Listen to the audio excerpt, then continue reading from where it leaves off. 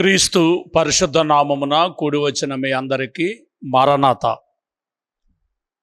దేవుని మహాకృపను బట్టి మోషే సుకోపవాస ధ్యానములలో 34వ దినములోనికి ప్రవేశించుటకు దేవుడు చూపిన కృపా సమయమును బట్టి ప్రభువును స్తుతించుచు ఉన్నాము.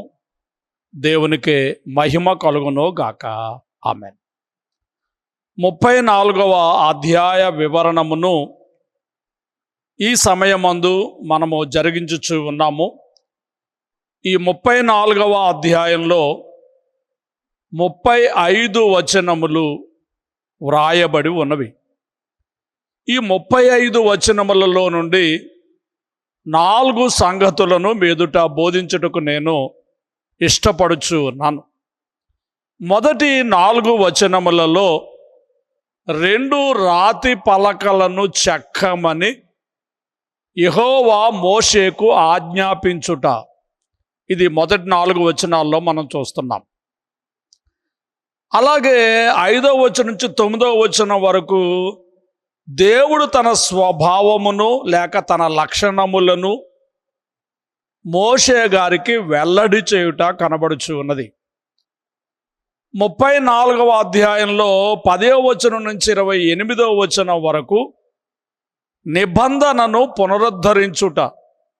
అంటే వారు పాపంలో పడిపోయి చెడిపోయినప్పటికీ కూడా వారితో ఉండమని మోషే ప్రార్థించుటను బట్టి తిరిగి తన యొక్క నిబంధనను పునరుద్ధరించి వారితో ఉండుటకు, వారిని నడిపించుటకు మరొకసారి నిబంధనలను వారికి తెలియచేయచ్చు ఉన్నారు. నిబంధన పునరుద్ధరణ మనకి 28వ వచనం వరకు కనబడుచు ఉన్నది.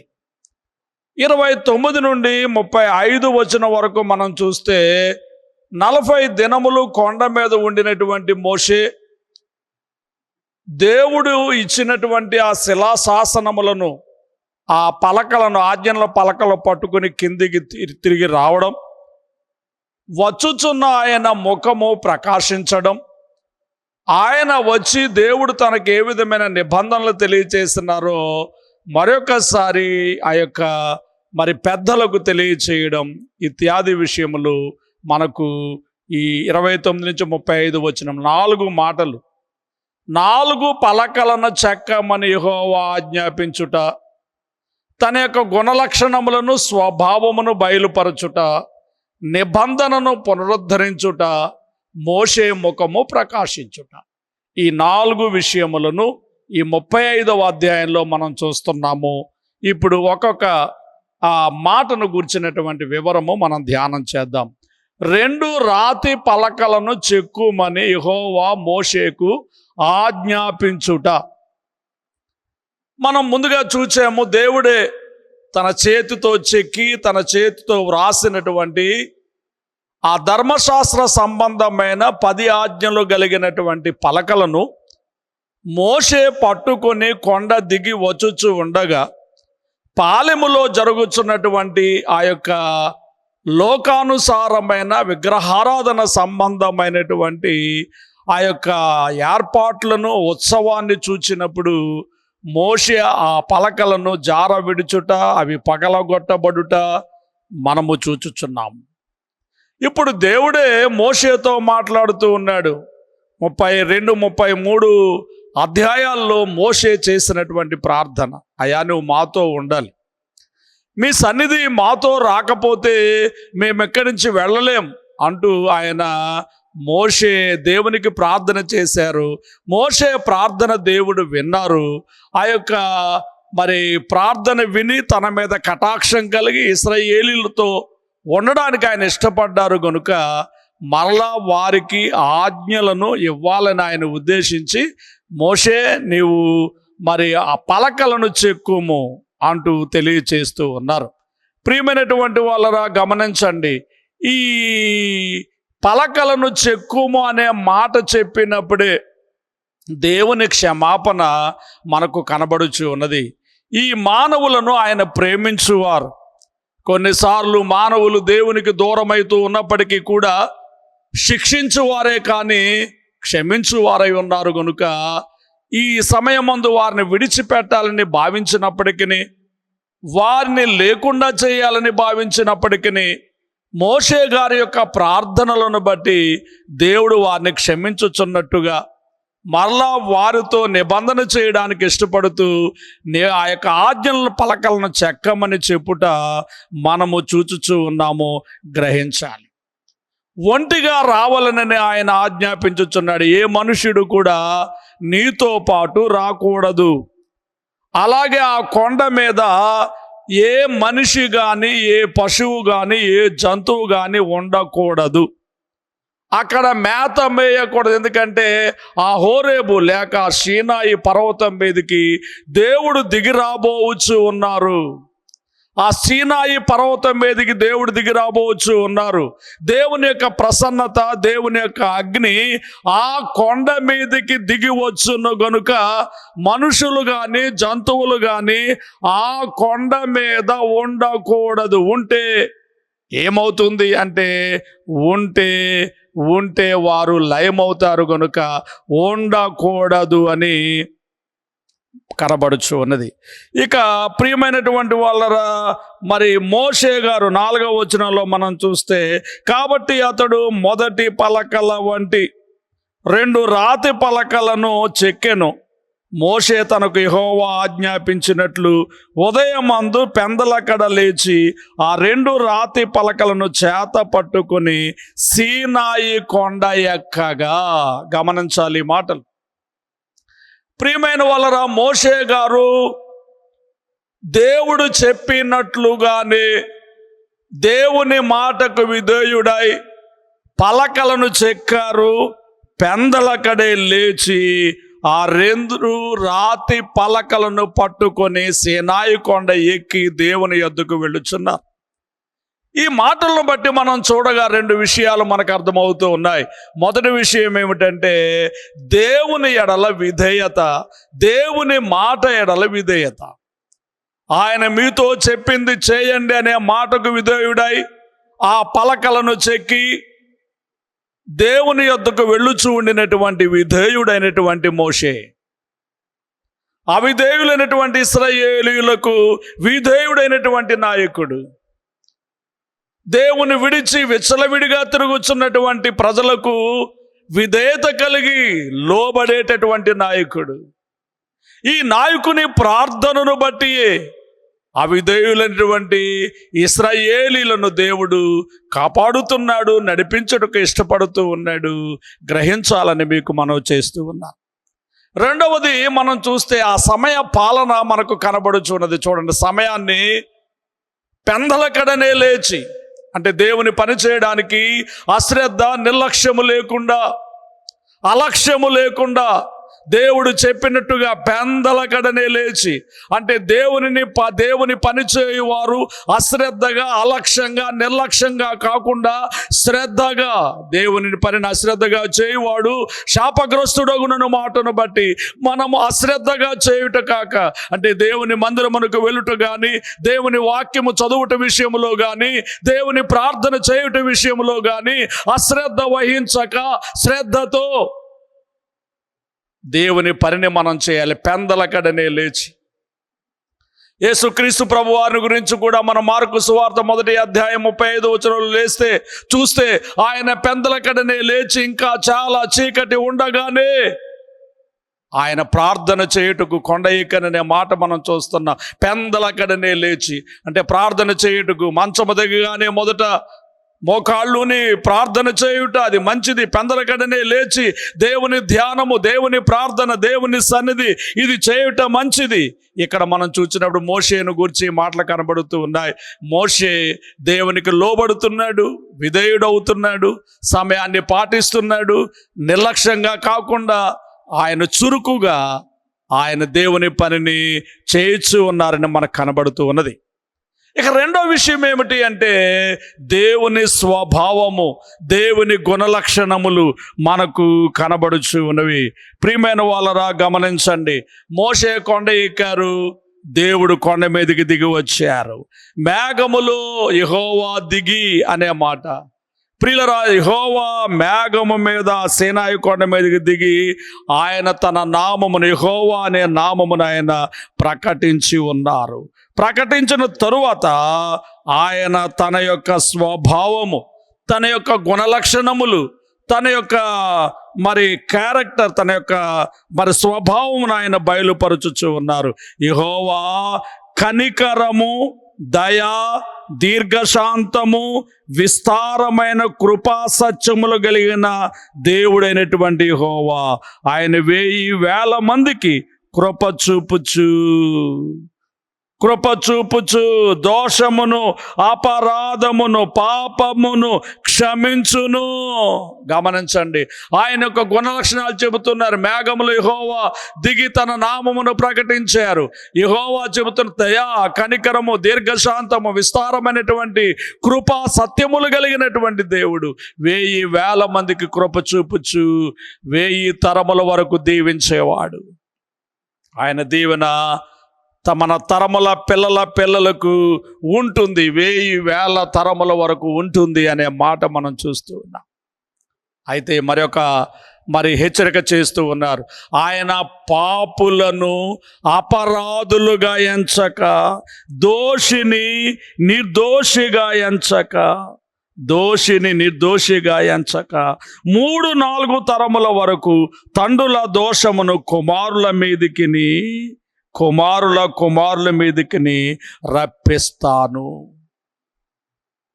ప్రియమైన వాళ్ళరా, గమనించాలి. మరి ఆయన క్షమించేవాడు, దీవించేవాడు, పాపాన్ని క్షమించేవాడు. కానీ ఒక హెచ్చరిక, పాపులను, అపరాధులను క్షమిస్తాడు, కానీ దోషులను నిర్దోషులుగా ఎంచాడు. ఒక 3-4 తరముల వరకు తండ్రుల దోషము కుమారుల మీదకి వస్తూ ఉంది. తల్లిదండ్రులు చేసిన తప్పిదం బిడ్డలు అనుభవించడం న్యాయమా అని మనం తలంచుకోవచ్చు. ఇక్కడ నీతిగా జీవించాలనేది, పాపము చేయకుండా ఒక వ్యక్తి నీతిగా జీవించాలనేది దేవుని హెచ్చరిక అయి ఉంటూ ఉన్నది. ఆ బిడ్డల సౌఖ్యం కోసం, ఆ బిడ్డల క్షేమం కోసం, ఆ బిడ్డల సంతోషం కోసం తల్లిదండ్రులు తన పాప స్వభావాన్ని విడిచిపెట్టి దేవుని మాటకు లోబడి ఆజ్ఞానుసారంగా జీవించాలని చెప్పడం కోసమే ఆ తల్లిదండ్రుల దోషమును పిల్లల మీదకి వేస్తారనే ఒక కట్టడ, ఒక షరతును దేవుడు వారికి తెలియచేయచ్చు ఉన్నారు. గ్రహించాలని మీకు మనవి చేస్తూ ఉన్నారు. ఈ దేవుని ప్రత్యక్షతను చూచిన మోషే నేల వరకు సాష్టాంగపడి మరొకసారి దేవుణ్ణి వేడుకుంటూ ఉన్నారు. 8వ వచనంలో, ప్రభువా నువ్వు మాతో ఉండాలి, నా మీద నీ కటాక్షం ఉంటే నా ప్రార్థన నీవు ఆలకించాలి, నువ్వు మా మధ్యన ఉండాలి. వీరు లోబడనలని ప్రజలే, కానీ మాతో ఉండి మమ్మును నీ స్వాస్థ్యముగా చేసుకొని మమ్మను మీరు నడిపించాలని వేడుచున్నాడు, ప్రార్థించుచున్నాడు. ఎందుకంటే మోషే ఎరుగును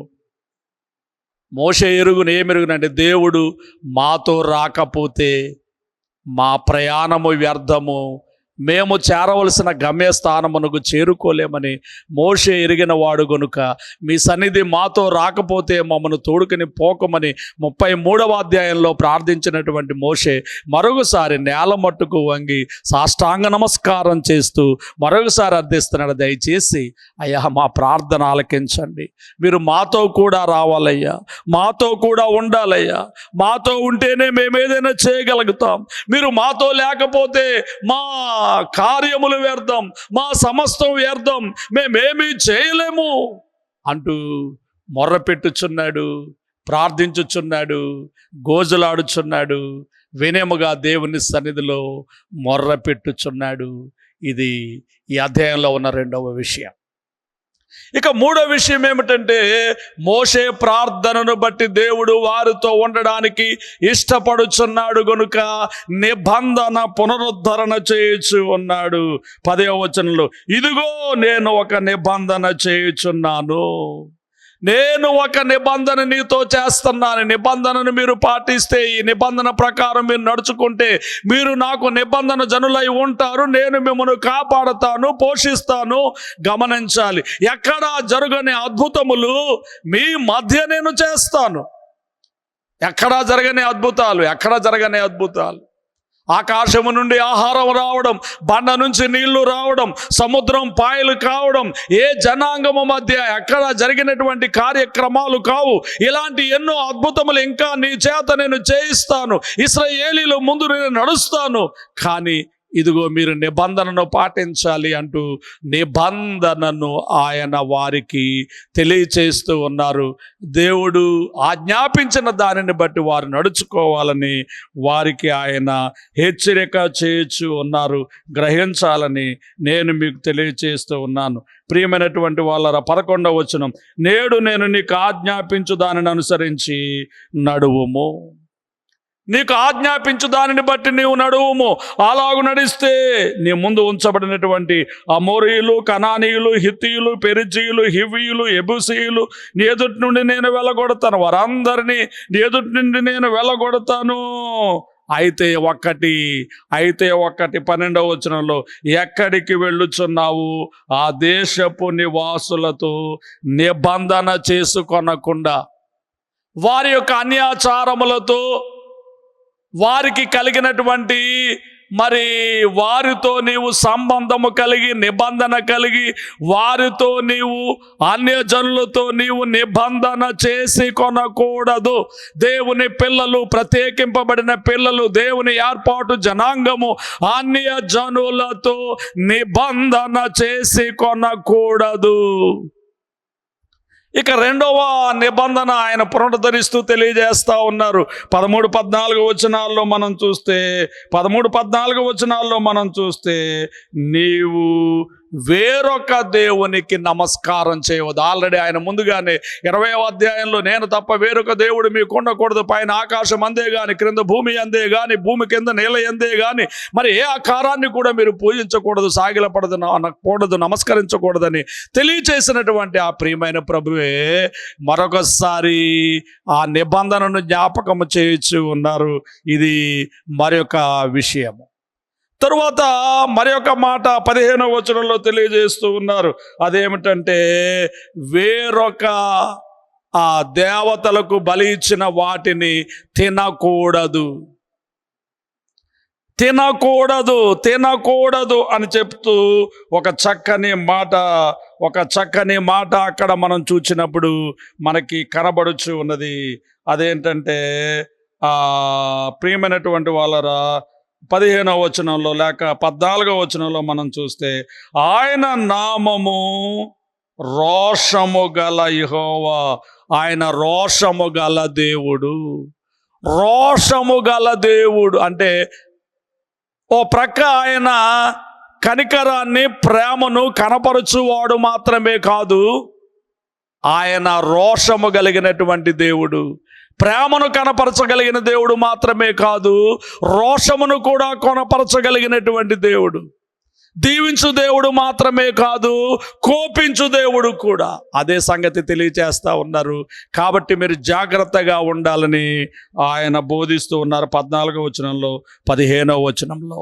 తర్వాత 16వ వచనం మనం చూస్తే, అన్యజనులతో వియ్యమందరాదు, మీ కుమార్తెలను, కుమారులను మీరు అన్యజనులకు ఇచ్చి వివాహము చేయరాదు. ఇది ఒక ప్రధానమైనటువంటి విషయం. ఎందుకంటే అలాగ జరిగేటటువంటి విషయం ఏమిటి అంటే, అలా జరిగినప్పుడు కలిగేటటువంటి విషయం ఏంటంటే, వీరు కూడా వారిని పోలిన వారై లోకములో ఏకమవుతారు గనుక, లోకముతో నీ సంఘము కూడా ఏకమాయనన్నట్లు ఏకం కాకుండా ఉండడానికి వారితో వియ్యమందకూడదు అనేటటువంటి మాట. 17వ వచనంలో, పోతపోసిన దేవతలను చేసుకొనకూడదు. ఇంకొక నిబంధన. ప్రియమైనటువంటి వాళ్ళ 18వ వచనంలో మనం చూస్తే, ఆ పస్కా పండుగ, పొంగని రొట్టెల పండుగను జరిగించాలి. ఇది మనం 12వ వచనం నుంచి కూడా 12వ అధ్యాయం నుంచి చూస్తే పస్కా పండుగను గూర్చిన వివరాలు, తరతరములకు నిబంధనగా ఈ పండుగను చేయాలని ఆయన తెలియజేస్తూ ఉన్నారు. కాబట్టి ఆ పస్కా పొంగని రొట్టెల పండుగను ఆచరించాలని 18వ వచనంలో ఆయన తెలియజేస్తూ ఉన్నారు. 19వ వచనంలో తొలిచూలు పశువులలో నుండి దేవునికి ప్రతిష్ఠించాలి. తొలిచూలి పశువులు, అది ఆ మొగది గొర్రెపిల్ల కానీ దూడయ్య కానీ గాడిదయ్యే కానీ ఏదైనా దేవునికి ఇవ్వాలి. గాడిద ఇవ్వడానికి అవకాశం లేదు కనుక మరి దాని బదులు గొర్రెని ఇవ్వాలి. ఒకవేళ గొర్రెని ఇవ్వకపోతే దాని మెడను విరగదీయాలనేటటువంటి మాట, ఒక మాటలో చెప్పాలంటే ప్రతి తొలిచూలు దేవునిదే అనే మాట. కుమారులు కూడా తొలిచూలు దేవునిదే గనక దేవునికి ఇచ్చి దానిని విడిపించవలెను. దేవునికిచ్చి కుమారుల ప్రథమ సంతానమును దేవునికిచ్చి వారిని విడిపించుకొనవలసి ఉన్నది అనే మాట 20వ వచనంలో మనకు కనబడుతూ ఉంది. ఇక దేవుని సన్నిధికి 21వ వచనంలో వట్టి చేతులతో రాకూడదు. దేవుని సన్నిధిలో వట్టి చేతులతో రాకూడదు 20వ వచనంలో. ఇక 21వ వచనంలో మనం చూస్తే 6 దినములు పనిచేసి 7వ దినమున విశ్రమించవలసి ఉన్నది.